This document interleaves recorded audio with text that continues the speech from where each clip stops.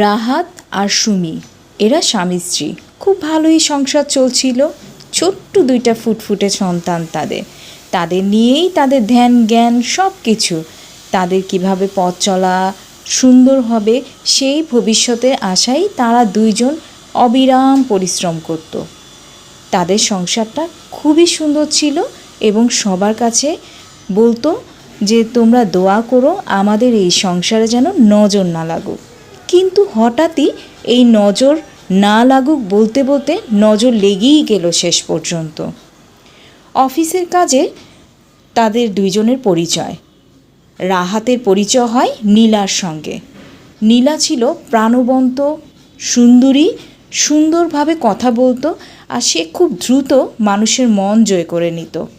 প্রথমেই শুরু হয় আলাপ, ধীরে ধীরে বন্ধুত্ব, একে অপরের মধ্যে বিশ্বস্ততা, আর সেই সাথে শুরু তো হয় বন্ধুত্বটা এবং গোপনেও তাদের মধ্যে প্রেমের পরিণতি হয়ে যায় এবং তারা একে অপরের বিশ্বাস অর্জন করে তারা একে অপরের প্রেমে পরিণত হয়ে তারা সংসারও শুরু করে নেয়, একে অপরকে বিয়েও করে নেয়।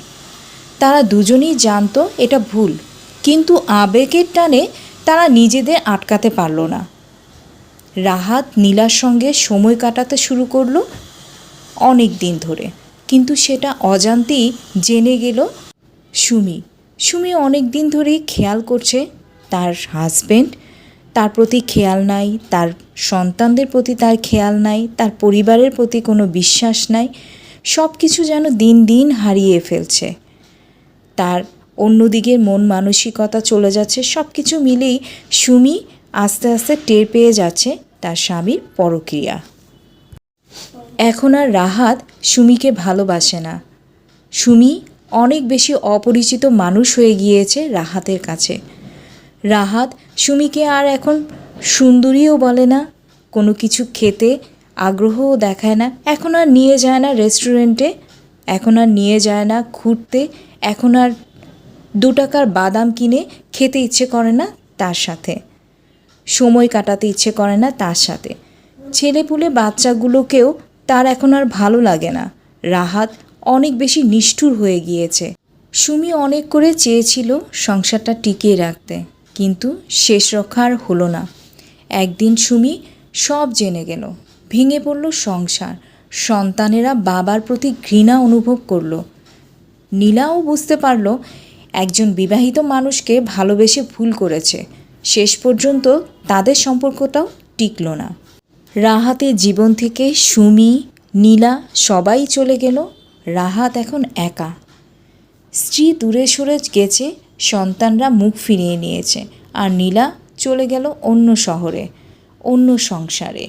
সেই শূন্য জীবনে বসে রাহাত বুঝল কিছু মুহূর্তের আবেগের জন্য সে তার পুরো সংসারটাকেই হারিয়েছে ভালোবাসার মানুষ, হারিয়েছে সন্তান, হারিয়েছে তার সারা জীবনের সঙ্গী।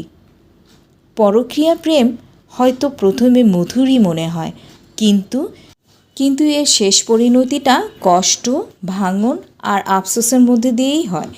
সত্যিকারের ভালোবাসা হলো দায়িত্ব, সম্মান আর বিশ্বস্ততার নাম। আমাদের সবার উচিত সবার পরিবারকে সম্মান করা এবং নিজ নিজ জায়গা থেকে তার পরিবারের জায়গাটাকে রক্ষা করা।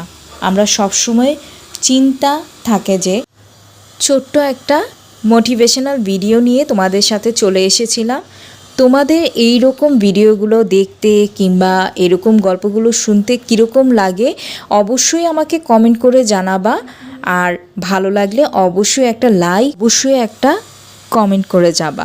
আর যদি তোমাদের কাছে খারাপ লাগে সেজন্য একটা কমেন্ট করে যাবা।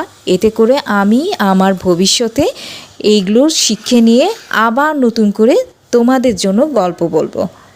আজকের মতো এখানেই বিদায় নিচ্ছি। আল্লাহ হাফেজ।